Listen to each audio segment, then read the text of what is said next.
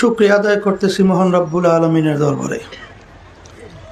রব্বুল আলমিন চরমনায় নমুনায় 3 দিন ব্যাপী ঐতিহ্যবাহী কুড়িগ্রাম যে ইজতেমা শুরু করে গেছিলেন আমার আব্বাজান রহমতুল্লাহ আলাই, ধারাবাহিকতায় ইজতেমার কার্যক্রম আলহামদুলিল্লাহ চলতেছিল, এবারও শুরু হলো।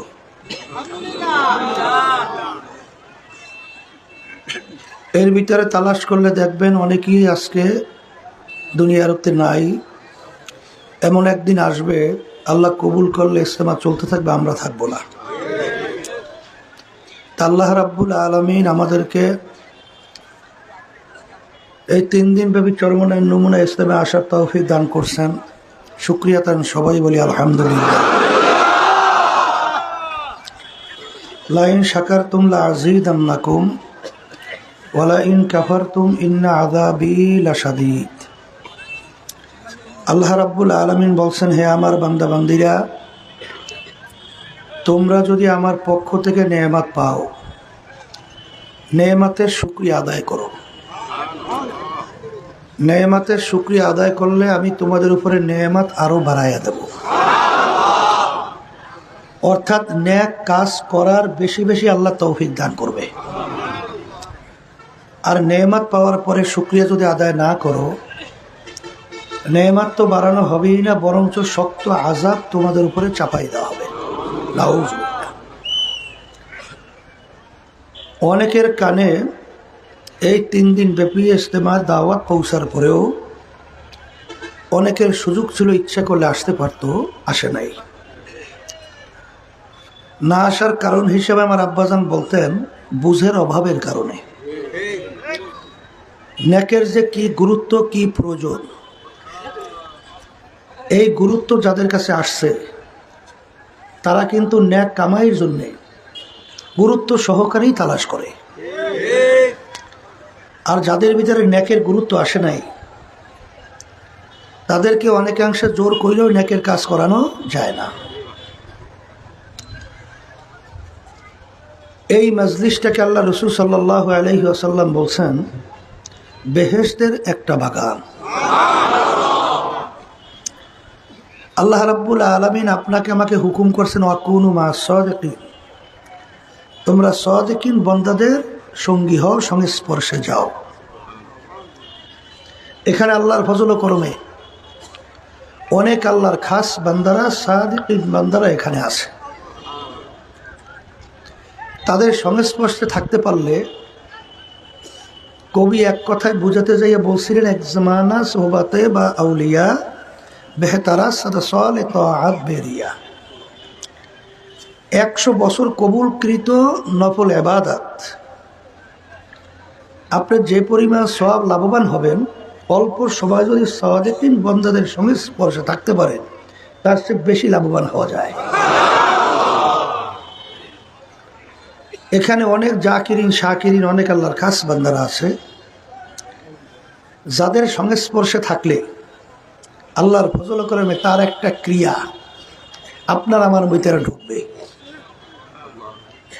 কারণ গন্ধের কাছে গেলে গন্ধ আসে, ঘ্রাণের কাছে গেলে ঘ্রাণ পাওয়া যায়। এখানে অনেক আল্লাহর খাস বান্দারা, জাকিরিন শাকিরিন সাদিকিন বান্দারা এখানে আছে। তাদের সংস্পর্শে থাকলে আল্লাহর ফজল ও করমে আপনার আমি একজন জাকিরিন সাদিকিন বান্দা হতে পারবো। সবচেয়ে বড় কথা হলো আব্বাজান রহমতুল্লাহ আলাই চরমনের ব্যাপারে বলতেন যে চরমনের মাহফিল ব্যাটারি চার্জ। ব্যাটারি আমরা ব্যবহার করলে আস্তে আস্তে ওর চার্জ কি হয়, কমতে থাকে। আবার যখন চার্জ দেওয়া হয় তখন ওর ফুল চার্জ হয়। তাই ঠিক এই উত্তরবঙ্গ আলহামদুলিল্লাহ সারা বাংলাদেশের মধ্যে চরমনের নমুনায় সবচেয়ে আলহামদুলিল্লাহ উল্লেখযোগ্য একটা অবস্থান কুড়িগ্রামে হয়। আল্লাহ শুকরিয়া। এখানে আসার পরে দেখা যায় যাদের নেক কাজ করার আগ্রহ কি হয়ে গেছিল, দুর্বল হয়ে গেছিল, কিন্তু আলহামদুলিল্লাহ ইজতেমায় 3 দিন, সোয়া 3 দিন, 3.5 দিন থাকার পরে আবার চার্জ আলহামদুলিল্লাহ নেক কাজ করার বাইরে যায়।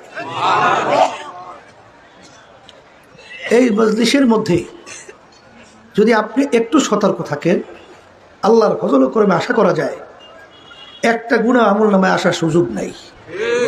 কথা ঠিক কিনা? কিন্তু অবহেলা যদি করেন, এই পরিবেশ পাওয়ার পরেও এক শ্রেণী কিন্তু আছে বেহুদা হুদাহুদি, ইচ্ছা করলে কিন্তু গুনার থেকে বাঁচতে পারে, কিন্তু একটু চেষ্টা না করার কারণে আবার গুনার ভিতরে লিপ্ত হয়। এই সুযোগ আল্লাহ রাব্বুল আলামিন দান করছেন, এই সুযোগের যেন আমরা অবহেলা না করি। গুরুত্ব সহকারে আল্লাহ আমাদের তাদেরকে নিয়ে আসছেন 3 দিন, সোয়া 3 দিন পর্যন্ত আমাদের লক্ষ্য রাখা লাগবে একটা মুহূর্তও যেন আমার নেক ছাড়া খালি না থাকে, গুনাহ যেন লিপ্ত না হই। এরকম নিয়ত করে যদি আমরা আলহামদুলিল্লাহ চলতে পারি, বসতে পারি, তা আল্লাহ রাব্বুল আলামিন তৌফিকও দান করবেন। কারণ বান্দাবান্দি তো শক্তি নাই যে আমরা আল্লাহ পর্যন্ত পৌঁছবো, আল্লাহর হুকুম নিয়ম অনুযায়ী পালন করবো, নবীর তরিকা অনুযায়ী চলবো। কিন্তু বান্দাবান্দির দিলের দিকে আল্লাহ তাকাইয়ে থাকে।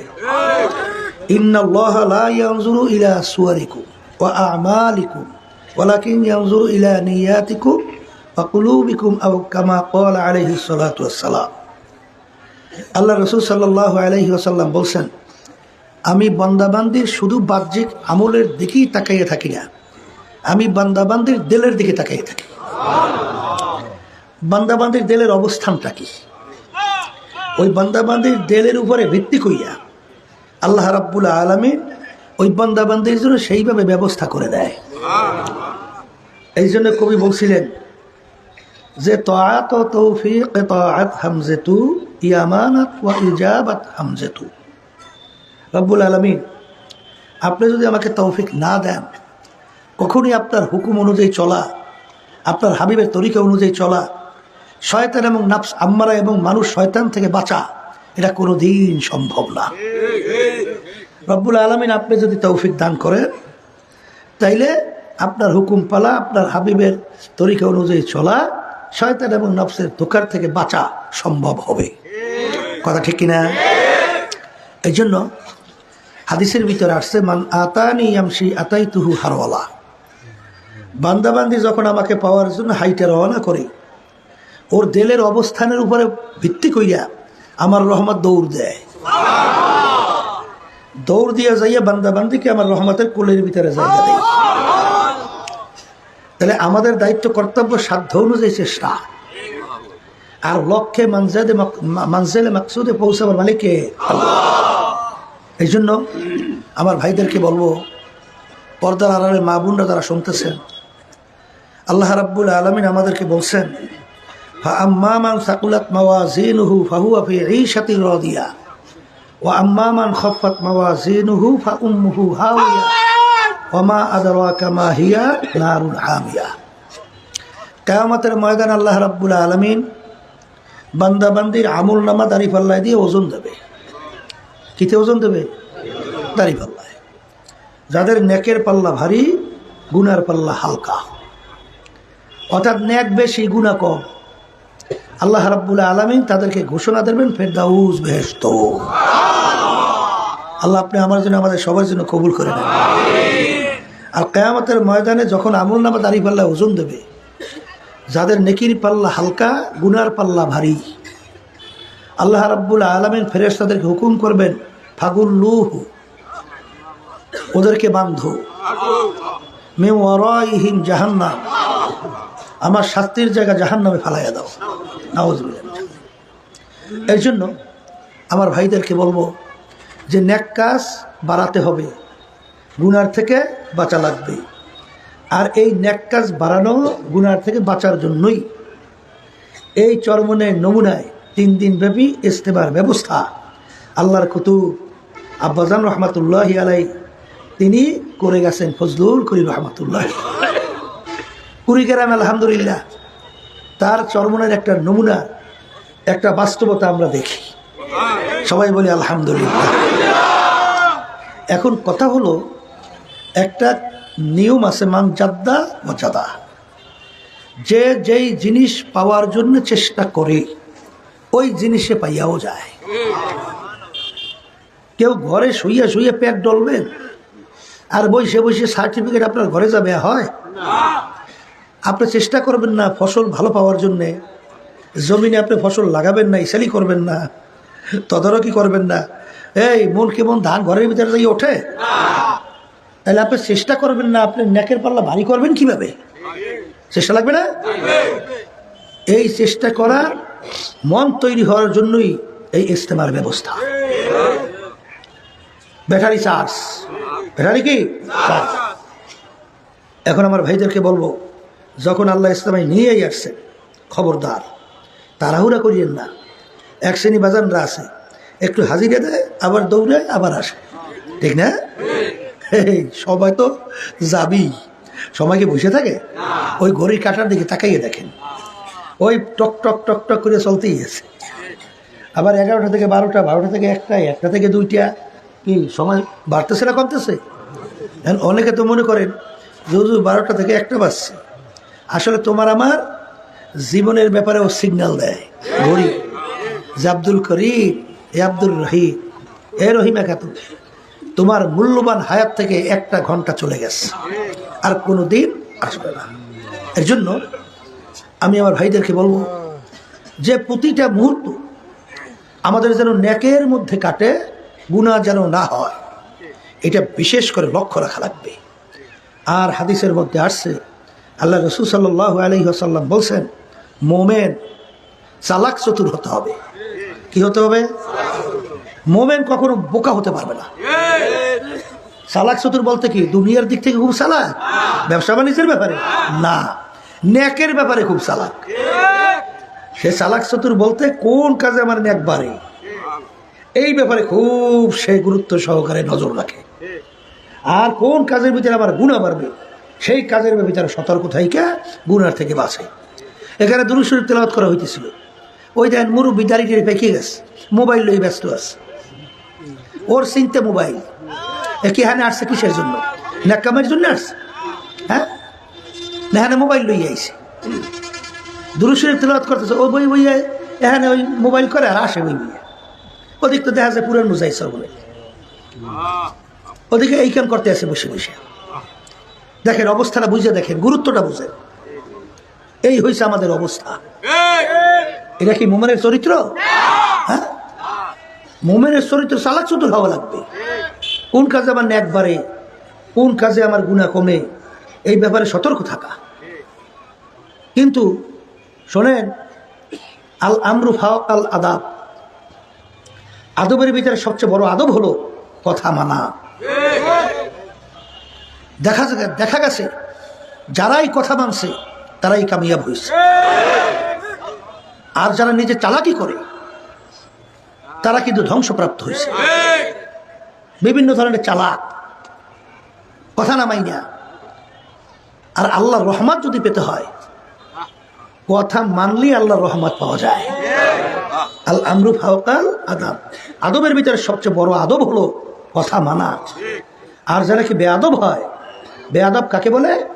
কথা মানে না, শুনে না, একে বলে বেয়াদব। আর বেয়াদব হইলে কি হয়? বেয়াদব মাহরুমে গাশত আজ ফজলে রব, যে নাকি বেয়াদব হবে সে আল্লাহর রহমত থেকে বঞ্চিত হবে।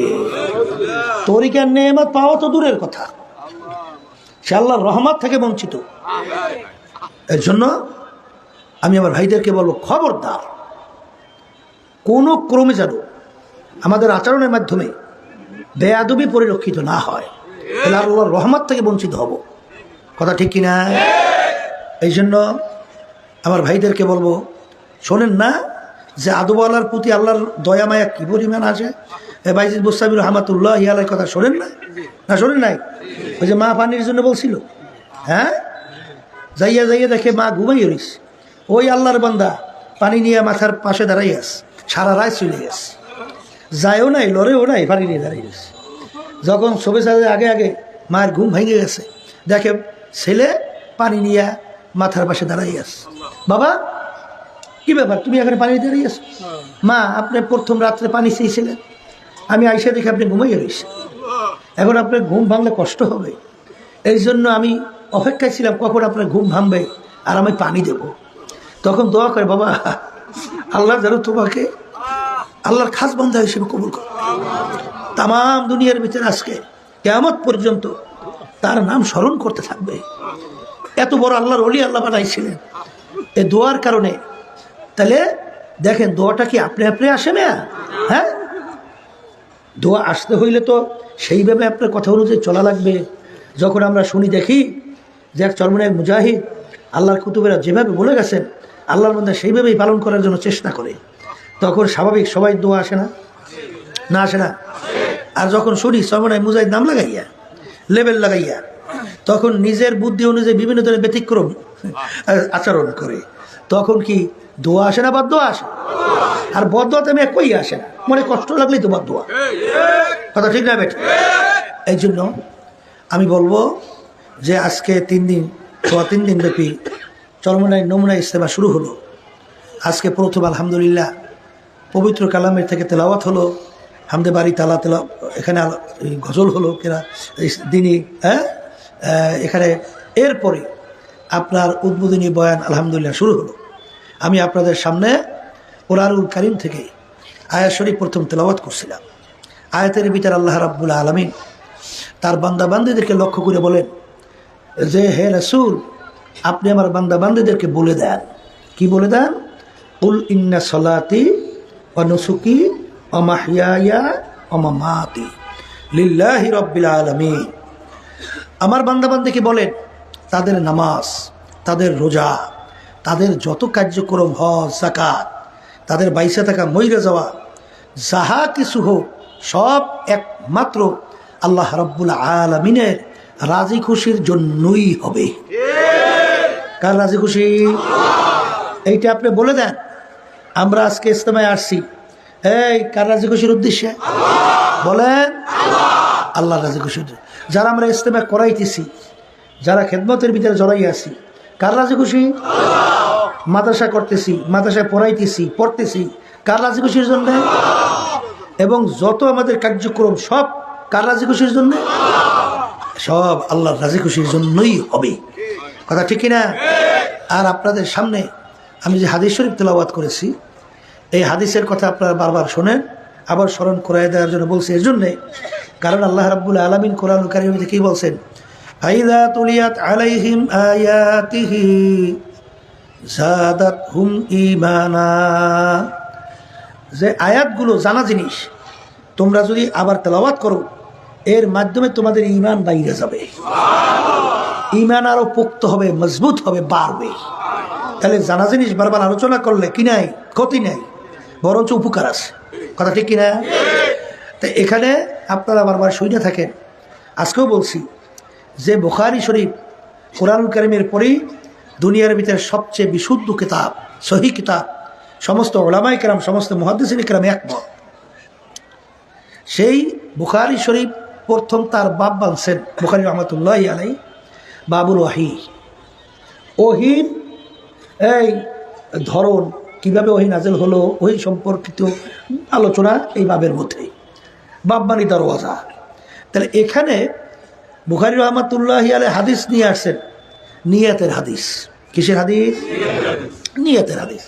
বাবের সঙ্গে হাদিসের মিল নেই, কিন্তু এই হাদিস কেন নিয়ে আসলেন? এবং সবাই জানে মুহাদ্দিসিন কেরাম একমত যে এই হাদিস হলো মুতাওয়াতির হাদিস, অর্থাৎ এত সংখ্যক রাবী বর্ণনাকারী বর্ণনা করছে যে যাদের সকলের উপরে একত্রে মিথ্যা অথবা সন্দেহ আসার সম্ভাবনাই নাই, এত রাবী এই হাদিস রওয়ায়াত করছে। আল্লাহ রাসূল সাল্লাল্লাহু আলাইহি ওয়াসাল্লাম হাদিসের ভিতরে বলছেন, ইন্নামাল আমালু বিন্নিয়াত। তোমাদের সমস্ত কাজের ফলাফল নির্ভর করবে তোমাদের নিয়াতের উপরে। বলেন কিসের উপরে? আমরা যে ইস্তেমা যারা করছি, নিয়াতটা আপনার কি? আল্লাহ কোন দিকে তাকাই আছে? ওই দিলের দিকে। কিসের দিকে? অন্তরের দিকে তাকাই আছে। আমরা যারা এখানে আসছি, আল্লাহ রাব্বুল আলামিন তাকাই আছে কোন দিকে? তোমার আমার অন্তর দিলের দিকে, যে আমরা এখানে আসছি কেন। কথা ঠিক কিনা? এই নিয়াতের উপরে তোমাদের সমস্ত কাজের ফলাফল নির্ভর করবে। কথা ঠিক না ঠিক? ওয়া ইন্নামা লিইমরিইন মা নাওয়া, লিইমরিইন মা নাওয়া ফামান কানাত হিজরাতুহু ইলাল্লাহি ওয়া রাসূলিহি। যারা হিজরত করবে আল্লাহ এবং আল্লাহ রসুলকে পাওয়ার উদ্দেশ্যে, আল্লাহ রসুল সাল্লাল্লাহু আলাইহি ওয়াসাল্লাম বলেন তারা আল্লাহ এবং আল্লাহ রসুলকেই পাইয়া যাবে। যারা বাড়িঘর সাইরা বেডিং বস্তা নিয়ে এই ইজতেমায় আসছে, আপনাদের নিয়াত কি? যদি আল্লাহকে পাওয়ার উদ্দেশ্যেই আইসা থাকেন তাহলে আল্লাহ এবং আল্লাহ রসুলকেই পাইয়া যাবেন, কোনো সন্দেহ আছে? আর যদি কেউ আইসে থাকে ইলাল্লাহি রাসূল ফামান কানাত হিজরাতুহু ইলা দুনিয়া ইউসিবুহা আও ইমরাতিন ইয়াতাজাওয়াজুহা ফাহিজরাতুহু ইলা মা হাজারা ইলাইহি, যদি কেউ হিজরত বাড়িঘর থেকে আইসা করিয়া থাকেন এইভাবে দুনিয়া অথবা কোনো মেয়েকে বিবাহের উদ্দেশ্যে, আল্লাহ রসুল সাল্লাল্লাহু আলাইহি ওয়াসাল্লাম বলেন যে তাইলে তুমি দুনিয়া অথবা মেয়েকেই পাবা, কিন্তু আল্লাহ এবং আল্লাহ রসুলের কাছে এ বিনিময় আর তুমি কিছু পাবা না। আমার বাজানরা যারা আসছেন শোনেন, নিয়াত যদি ব্যতিক্রম কিছু থেকে থাকে, দুনিয়ার কোনো উদ্দেশ্য যদি থেকে থাকে যে আমার রোগ ভালো হয় না, ওখানে অনেক আল্লাহ ওয়ালারা একত্রিত হবে, আমি যাই দেখি আমার রোগ ব্যাধি একটু ভালো হয় কিনা, এই নিয়তে যদি আইসে থাকেন যে আমি দুনিয়া বিভিন্ন মামলা মোকদ্দমার ভিতরে জর্জরিত, যাই ওখানে অনেক আল্লাহ ওয়ালারা আছে, তাদের কাছে দোয়া চাই দেখি মামলা থেকে পরিত্রাণ পাই কিনা, আমার ব্যবসা বাণিজ্য সমস্যা, অমুক তমুক সমস্যা, দেখি দুনিয়ার এক কথায় উদ্দেশ্য যদি কেউ আইসা থাকেন হয়তোবা আপনার উদ্দেশ্য পূরণ হতে পারে। কারণ আল্লাহ রসুল বলছেন যে হয়তোবা মেয়ে বিবাহ করার উদ্দেশ্য বা দুনিয়া পাওয়ার উদ্দেশ্যে যদি হিজরত করে থাকো তাহলে দুনিয়া এবং মেয়েকেই পাবা, আল্লাহর কাছে কিছু পাবা না, তাহলে পাইতে পারে, দুনিয়ার কোনো উদ্দেশ্য হাসিল হতে পারে। এক শ্রেণীর যদি আইসা থাকে যে একটু মেম্বার চেয়ারম্যান বিভিন্ন কাজে হওয়া যায় কিনা, ওখানে তো অনেক লোক জমা হয় আমাদের এলাকা, তাই আমি যাওয়ার পরে মানুষ বুঝবে যে না আমাদের সাথেই জড়াই আছে, তো একটু যাইয়ে দেখি কোনো কায়দে একটু ওই কামটা সারা যায় কিনা, ভিতরে মনের অবস্থা একটা আর বাহিরে আর একটা, ঠিক না বেটি? তাই তুমি মেম্বার চেয়ারম্যানই হইতে পারবা, কিন্তু আল্লাহ এবং আল্লাহ রসুলের কাছে কিছু পাবা না। কিন্তু আমার বাজানদেরকে বলবো শোনেন, আপনারা যারা এখানে আসছেন নিয়াতকে পরিপূর্ণভাবে পরিবর্তন করে একমাত্র আসছে উদ্দেশ্য কি? আল্লাহ এবং আল্লাহ রসুলকে রাজি খুশির উদ্দেশ্যে পাওয়ার উদ্দেশ্যে এই নিয়াতে বসেন। আর যদি দুনিয়ার কোনো মাকসাদ, দুনিয়ার কোনো প্রয়োজন থাকে, ও আল্লাহ রাব্বুল আলামিন নিজে জিম্মা হইয়াই পূরণ করাই দেবে। কথা বলে না? কথা ঠিক না ঠিক? কারণ রিজিকের জিম্মাদার কি? আল্লাহ। আমার যা যা প্রয়োজন আমার মালিকই যথেষ্ট। কথা ঠিক না ঠিক? এই জন্য আমি আমার বাজানদেরকে বলবো, যদি কেউ উদ্দেশ্যে আসে থাকেন, আল্লাহ তো আদায় করছেন মান কানা ইউরিদু হারসাদ দুনিয়া নুতিহি মিনহা। আল্লাহ রাব্বুল আলামিন বলছেন কেউ যদি দুনিয়া বা দুনিয়ার কোনো উদ্দেশ্যে এই আমার কাছে চাও বা করো, আমি তাকে দুনিয়া এবং দুনিয়ার যাহা কিছু তোমাদেরকে আমি দিয়ে দেব। ফেরাউন চাইছে, দেয় না? কথা কয় না? কি চাইছে? কি দেয় না? দেশে ওই যে যখন নাকি ফেরাউনের সাঙ্গরা বলতেছে হে আমাদের খোদা, নাউজুবিল্লাহ, আপনি বলে আমাদের খোদা, তাইলে নীল দরিয়ার পানি আপনার কথায় ভাটা জোয়ার হয় না কেন? আপনি খোদা হইলে তো আপনার কথা শোনার কথা। এখন চিন্তায় পড়ছে না যে আমার কথা নীল দরিয়ার পানি ভাটা জোয়ার হইবে না, এটা অসম্ভব না। এখন তো চিন্তায় পড়ে গেছে, এখন খোদাগিরি সারা লাগে, খোদাগিরি সারা লাগে। ইবলিস শয়তান প্রধান পরামর্শদাতা প্রধানমন্ত্রী আইসে বলতেছে সর্বনাশের কামও করিও না, সর্বনাশের কাজও করিও না, দাবি করিয়ে বর্ষ তো বর্ষই। কথা হয় না? দাবি করে বর্ষ তো বর্ষ। এখন ফিরিয়ে আসলে কাপুরুষ বলবে নাউজুবিল্লাহ খান। আরে শোনেন নাই আবু তালেবের নাম শোনেন নাই? শুনছেন? আল্লাহ রাসূল সাল্লাল্লাহু আলাইহি ওয়াসাল্লাম ইন্তেকালের সময় বলতেছেন চাচা একটু কালিমা পড়বে, এর ভিতরে শয়তান যাইয়া ধোকাতেছে না যে কাজটা করতেছ কি, হ্যাঁ আজীবন তুমি এই কাপুরুষের কোনো পরিচয় তুমি দাও নাই, তুমি বর্মেয়াগিরি, এইটা তোমার সবসময় বাস্তবায়ন ছিল। এখন মরার সময় দুর্বল সময়, কাপুরুষ হইয়া মরবা, এখন মোহাম্মদের কথা মেনে কালেমা পড়ে তোমার আবার ঘুরিয়ে গেছে। তো এখানে ওই ইবলিস এজন পরামর্শ দিয়েছে। এখন ইবলিস করে তো কামনা করবো কি, বলে কোন উপায় নেই, জঙ্গলের মধ্যে যাও, যাইয়া নিরিবিলি মালিকের দরবারে জবর কান্না শুরু করো, আর বলো মালিক আমি তো কাম করিয়ে বসছি, এখন তুমি আমার আশা পুরো করো। মান কানা ইউরিদু হারসাদ দুনিয়া নুক্তিহি মিনহা, আল্লাহ বলেন আমার কাছে যদি কেউ দুনিয়া চাও, দুনিয়া আমি দিয়ে দেবো।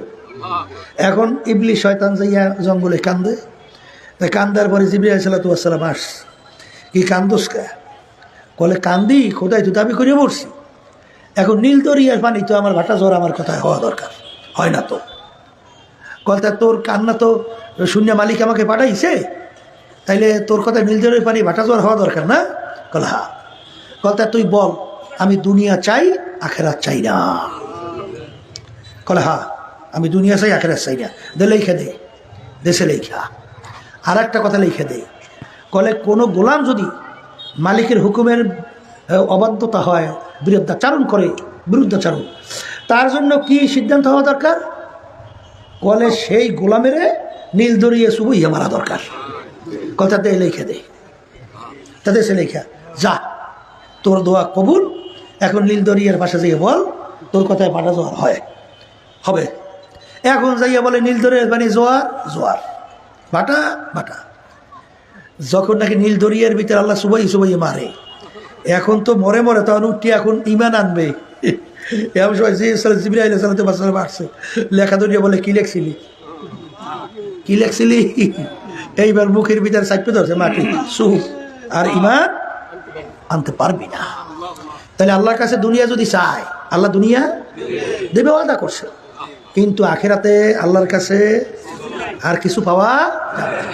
কিন্তু আমার বাজানদেরকে বলবো, শোনেন, আসলে দুনিয়া কি শান্তির জায়গা?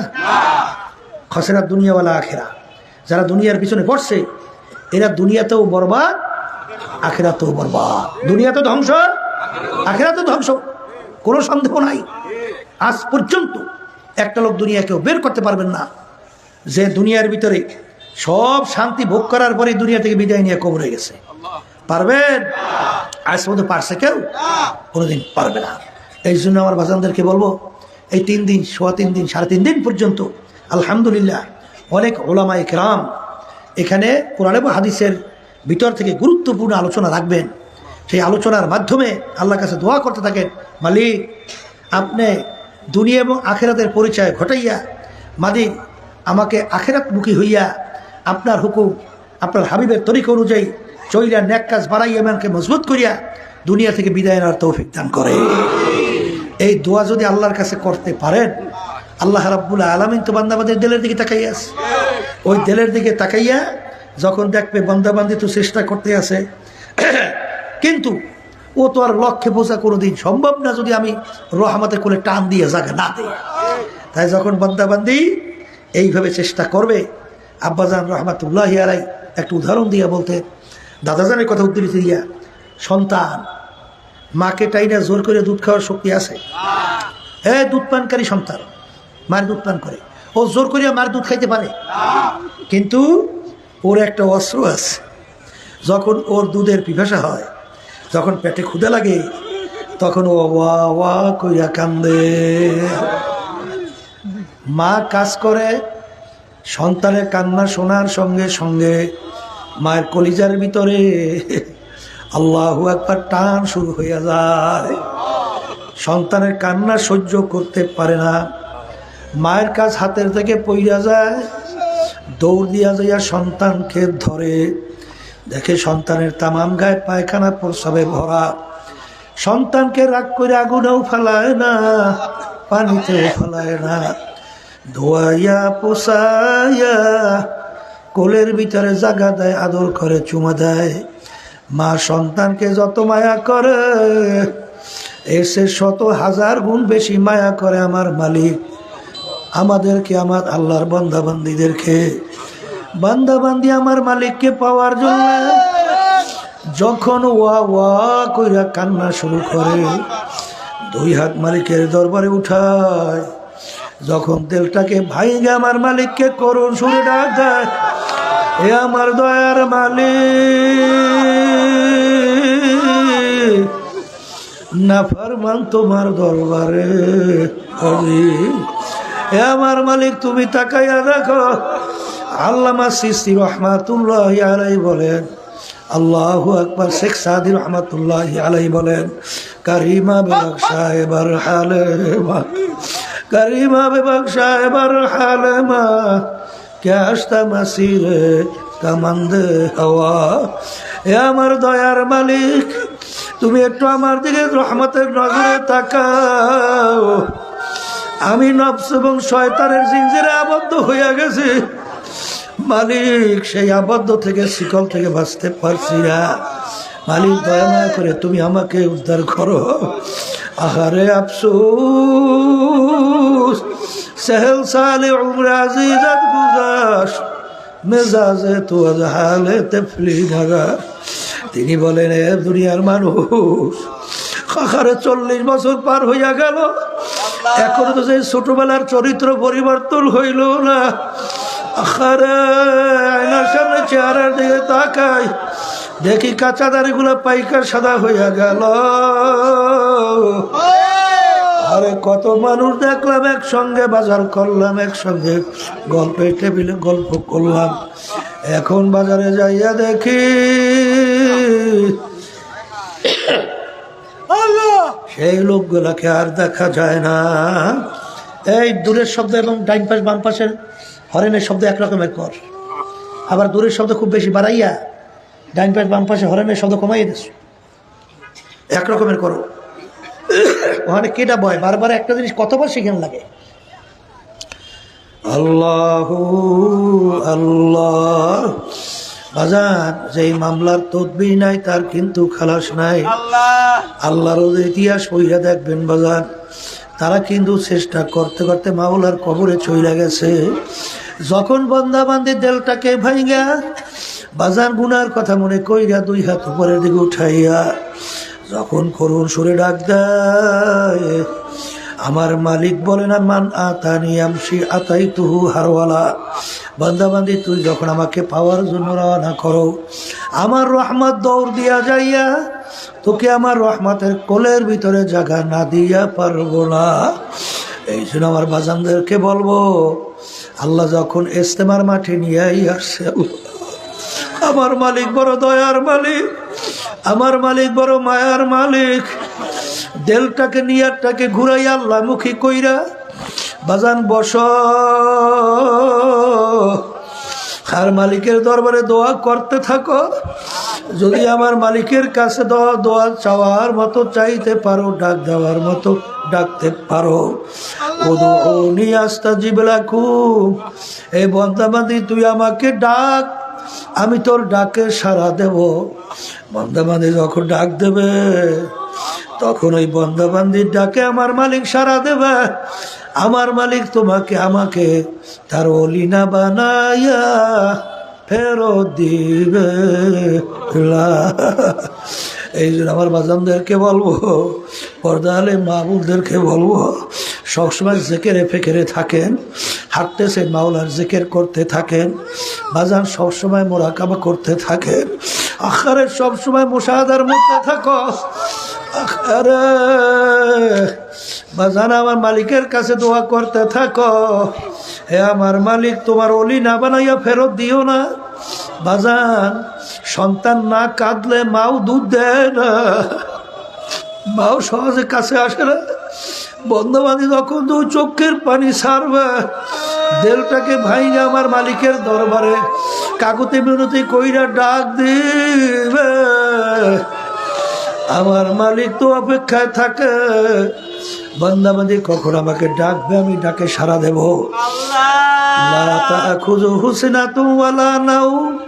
আমার মালিকের ঘুম ও সীমানিও নাই। বান্দাবান্দির মায়া আমার মালিককে ঘুমাইতে দেয় না। আরে গভীরে রাত্র যখন তুই আমাকে ডাক দিবি আল্লাহ,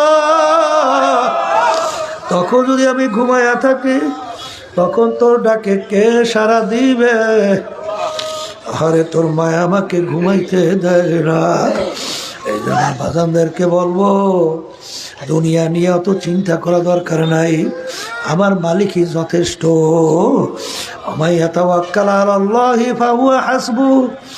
আরে আমার মাওলার উপর তাওয়াক্কুল কইরা যদি তুমি চলতে পারো, আমার মালিকই তোমার আমার জন্য যথেষ্ট হইয়া যাবে। এই জন্য আমার বাজানদেরকে বলবো, খবরদার তাড়াহুড়া কিছু নাই। 3 দিন 3.5 দিন বোধহয় ময়দানে পইরা থাকো বাজান, সবসময় জেকেরে ফেকেরে থাকো, সবসময় নেক কাজ করতে থাকো, আমল নামায় নেকি বাড়াবার চেষ্টা করো। চেষ্টা করলে মাওলায় তৌফিক দান করবেন, আর চেষ্টা যদি না করো তৌফিক কিন্তু আমার মাওলায় দান করবে না। আল্লাহুম্মা আমিন। হে আমার দয়ার মালিক, আপনি তাকাইয়া দেখেন, সর্বনাশ নমুনা ইস্তেমা শুরু হয়ে গেল। আপনার বান্দারা বাড়িঘর ফেলাইয়া আল্লাহ ঠান্ডার মধ্যে কষ্ট স্বীকার কইরা এই মাঠের ভিতরে এসে বইরা আছে। এ আমার দয়ার মালিক, দয়া করে আপনার ওলি হিসেবে আমাদেরকে কবুল করে না আল্লাহ। ইস্তেমাকে আপনি কবুল করে নেন আল্লাহ। আল্লাহ আমাদের কলবের ভিতরে আপনার মারিফতের নূরের বাতি জ্বালাইয়া দেন।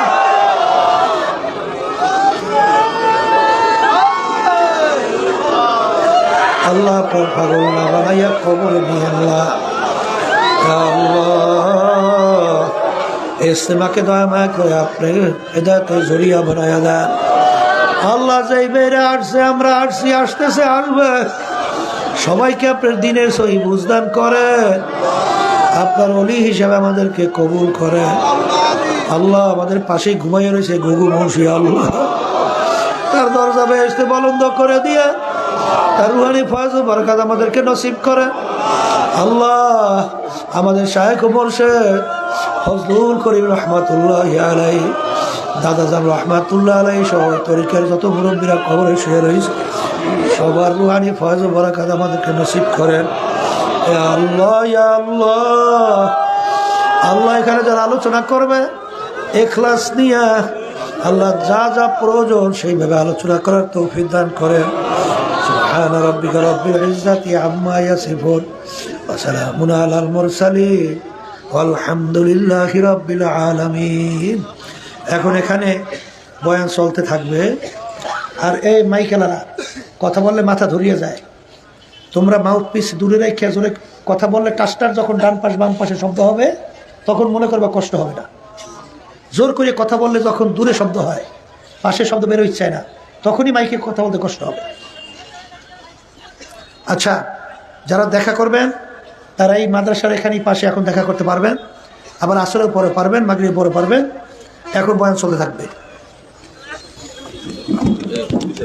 আলহামদুলিল্লাহ, আমরা সবাই বসে যাই।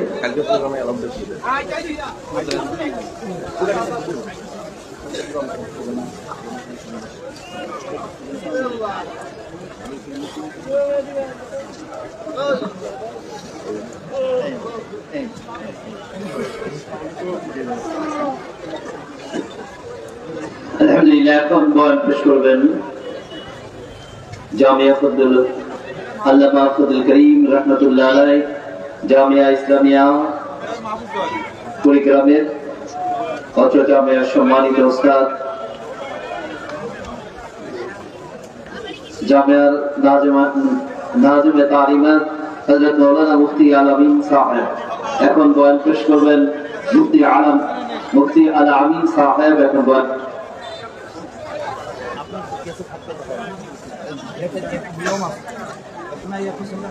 السلام عليكم ورحمة الله وبركاته. الحمد لله نحمده ونستعينه ونؤمن به ونتوكل عليه. من يهد الله فلا مضل له ومن